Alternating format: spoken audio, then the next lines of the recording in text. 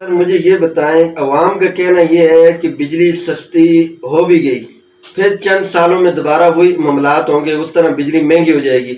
جیسے وزیر اعظم نے، راجہ فاروق اعظم نے، لوگوں نے کہا کہ موت مل سکتی ہے، سستی بجلی نہیں۔ یہ تو ویسے دیکھا جائے تو غریب عوام اور کشمیر کے عوام بجلی کے حقدار ہے، اس حوالے سے آپ کیا کہیں گے؟ سر اس میں ہمارا ایک ہی موقف ہے۔ ایک تو یہ بات ہے کہ ایسا نہیں ہوگا، آپ کی جو لوکل بجلی جب آپ کو ملے گی تو آپ کے اپنے ذاتی گریڈ سٹیشن میں وہ بجلی جائے۔ مثال کے طور پہ دیکھیں نا، آپ کی جو نیلم میں بے شمار پروجیکٹ لگے ہوئے ہیں، وہ بجلی آپ لوکل استعمال کر سکتے ہیں۔ آپ کے 2 گریڈ سٹیشن مظفر آباد ڈویژن کے اندر ہے، یہاں 45 میگا واٹ آپ کو چاہیے۔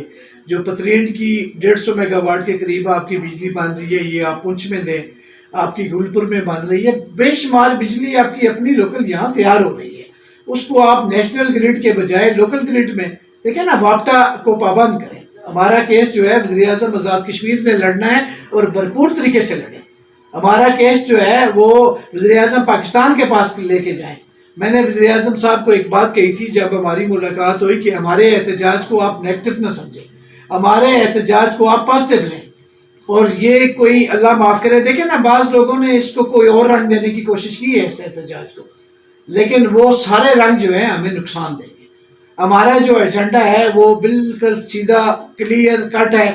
آٹے کی جو ایلوکیشن ہے اس میں جو خامی ہیں اس کو دور کیا جائے۔ آپ کے سی ایم ایچ کے بے شمار ہیلتھ کے مسائل ہیں، آپ کے ایجوکیشن کے مسائل ہیں۔ ابھی میں ان کو اس لیے ٹچ نہیں کر رہا کہ بہت بڑا لمبا انٹرویو ہو جائے گا، اور نیکسٹ انشاءاللہ تعالیٰ اس پہ بھی بات کریں گے۔ المختصر یہ کہنا تھا کہ پورے آزاد کشمیر کی جو مرکزی تنظیمیں حاضران ہیں، وہ پہلے دن سے جس موقف پہ تھی اسی موقف پہ ہم آج بھی قائم ہیں، اور اس موقف سے ہم 1 انچ بھی پیچھے نہیں ہٹیں گے۔ لوکل بجلی 400 میگا واٹ ہمیں دی جائے، ٹیکس کے ہمیں دی جائے یہ بجلی، اور اس میں کسی قسم کا کوئی پرابلم ہے، آزاد حکومت کے وزیر اعظم وہ اس کو حل کروائیں، واپٹا کے چیئرمین سے مل کے حل کرائیں، وزیر اعظم آزاد کشمیر سے مل کے حل کرائیں۔ ہم انشاءاللہ تعالی نیکسٹ جو پلاننگ اور مشاورت کرنے جا رہے ہیں 29 تاریخ کو پلندری کے مقام پہ، اس کے بعد ہم اگلا اپنا اعلامیہ دیں گے انشاءاللہ۔ تقریباً کشمیر کی سب سے بڑی ہڑتالیں ہو چکی ہیں، اب تک مطالبات ہمارے پورے نہیں ہوئے، اس حوالے سے آپ کیا کہیں گے؟ دوبارہ نیکسٹ بھی کوئی کال دینی ہے عوام کو؟ سر جی، میں تھوڑا سا محتاط جو ہے رویہ اپنا رہا ہوں کہ کسی کی دل آزاری نہ ہو۔ میری بہت ساری جگہوں پہ بہت سارے اختلافات ہیں۔ ہمارا جو 31 کا احتجاج تھا، وہاں جو نعرے بازی ہوئی ہے وہ نہیں ہونی چاہیے۔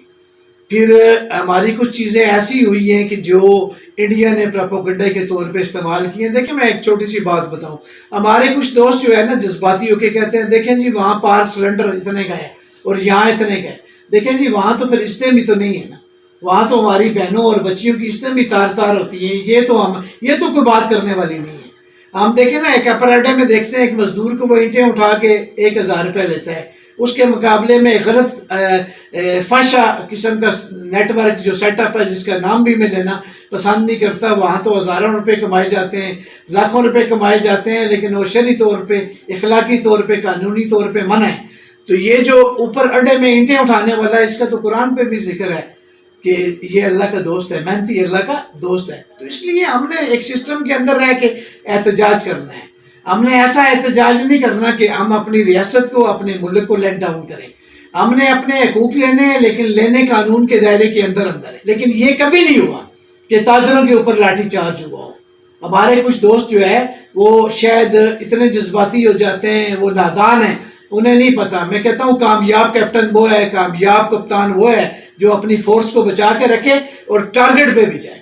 ہم الحمدللہ اس سے قبل 100% ٹارگٹ پہ گئے ہیں اور نیکسٹ بھی جائیں گے انشاءاللہ تعالی، اور اسی حکومت سے ہم اپنے مطالبات بھی منظور کرائیں گے، اور ان سے ہم جو ہے جو ہمارے ادارے ہیں ان کو بھی ہم انوالو کریں گے کہ جو ہمارے جائز مطالبات ہیں وہ پورے کیے جائیں۔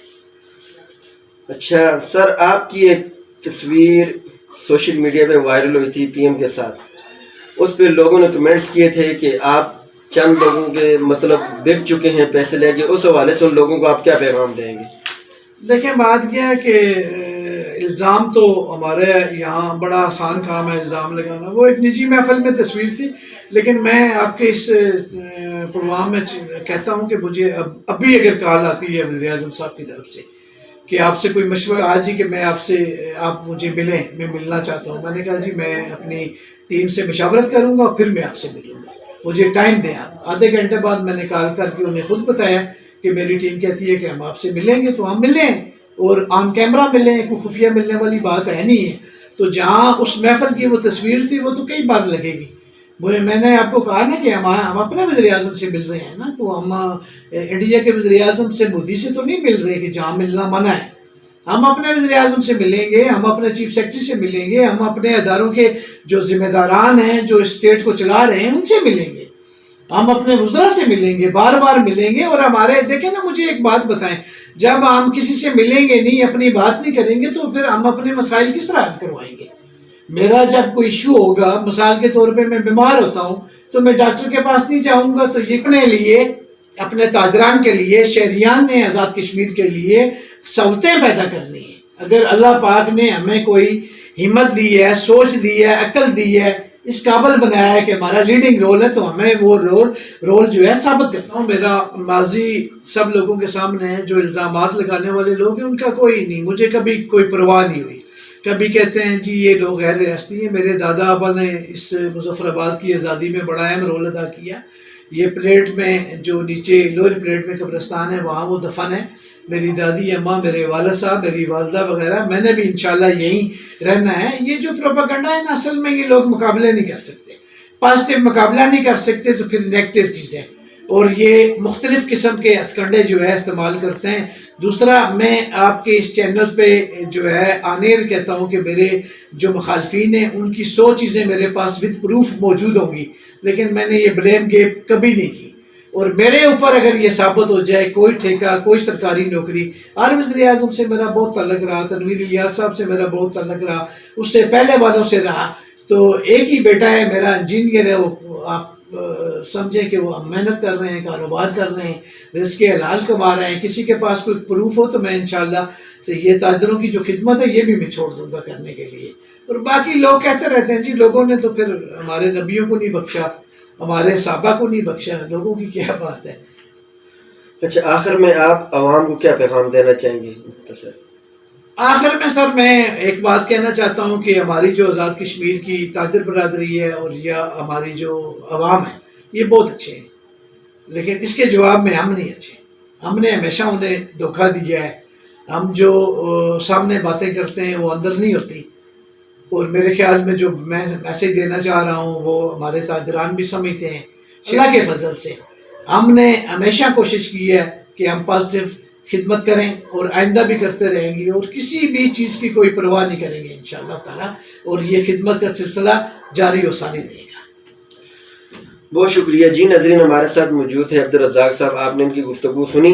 امید ہے کہ آج کا پروگرام آپ کو اچھا لگا ہوگا. نیکسٹ پروگرام لے کے انشاءاللہ پھر حاضر ہوں گے. تب تک کے لیے اللہ حافظ.